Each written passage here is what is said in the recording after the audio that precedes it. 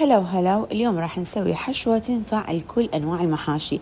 الحشوة بها قسمين. القسم الأول الصلصة، بصل عندي هنا مفروم ناعم، عصير طماطة عصريها، معجون طماطة، ودهن الحر، وملح وبهارات.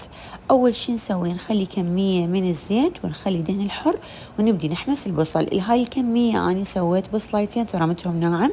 نحمس البصل زين، بعدين نضيف له الملح والبهارات.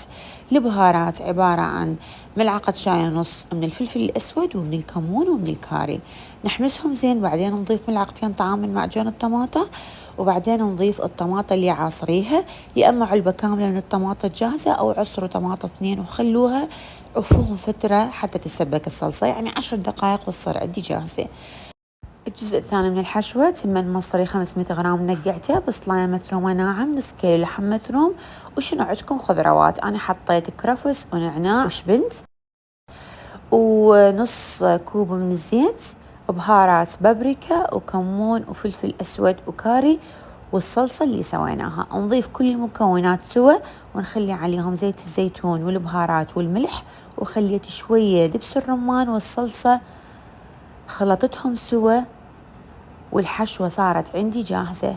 شوفوا شلون صار لونها يلمع لأن خلينا عليها زيت، وصارت كلها بهارات وطعم الصلصة عليها فتشي خبل. نبدي بأول شي راح نسوي ورق العنب. هاي الطريقة اللي أرتب بها أنا الجدر مال ورق العنب، وأنتو خلوا أي شي يعجبكم. ورق العنب راح أغسله أكثر من مرة من أطلعه من العلبة، وراح أنقعه فترة، يعني نقعته تقريبا 5 دقائق بمي مغلي، وأخلي بيه الحشوة وألفها بهاي الطريقة.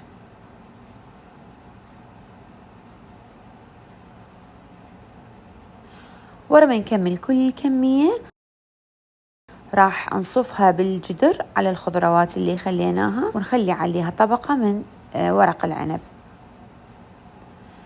المحشي البصل راح أقص البصل بهالطريقة وأسوي بيه فتحة من النص.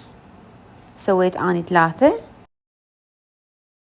مي مغلي على النار، أخلي بالبصل لمدة دقائق بس أسلقه، وبعدين أطلع البصل بسهولة كلش راح تطلع الحلقات مالته.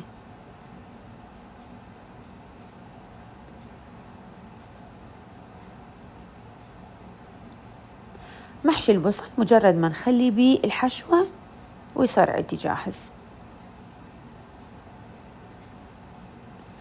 آخر واحد عندنا هو اللهانة. طريقة إنه إحنا شلون نطلع أوراق اللهانة أكو عليها بوستات 2 ممكن تشيكوها. ورا ما نطلع أوراق اللهانة نخلي طبقة بالجدر من الأوراق، بعدين نبدي نحشي الأوراق بالحجم اللي إحنا نريده، يا أما نسويها كلش رفيعة أو نسويها متوسطة. أنا أسويهن متوسطات، وراح أخلي اللهانة والبصل اثنيناتهم بنفس الجدر لأنهم يحتاجون نفس الوقت حتى يستوون. الصلصة اللي راح استخدمها لكل كوبين مي حار 2 ملعقتين من الماجي، ملعقة طعام دبس الرمان، ملح، وعصير ليمونة، ونص كوب من زيت الزيتون. هاي الصلصة كفتني للكميات اللي سويتها. حتى تسوون ورق العنب خلوا عليه ماعون أو ثقل، وخلوا هواية مي. هالمرة أنا خليت هواية مي، خليت المي يرتفع عن الماعون فد مسافة مثل ما تشوفون. خليته على نار عالية ربع ساعة، بعدين نصيت النار ووقفت ورق العنب على نار ناصية كلش مدة 4 ساعات، وكل ساعة أضيف له من الصلصة، دائما كان وياه صلصة.